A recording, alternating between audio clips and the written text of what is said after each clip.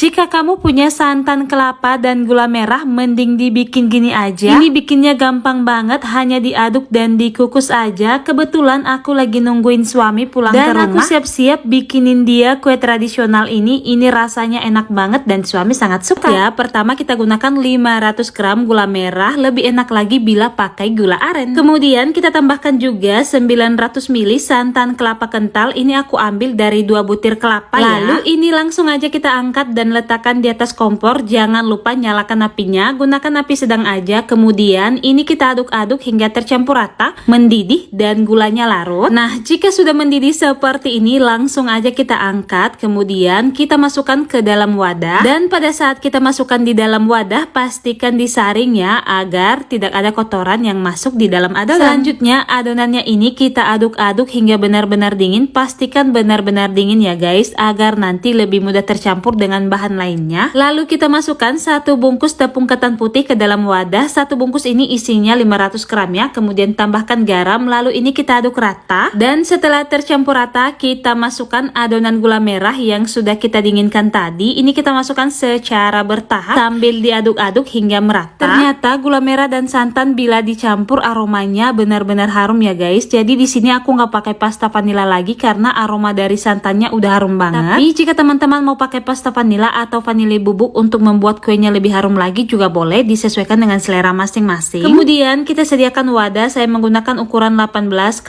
7 cm.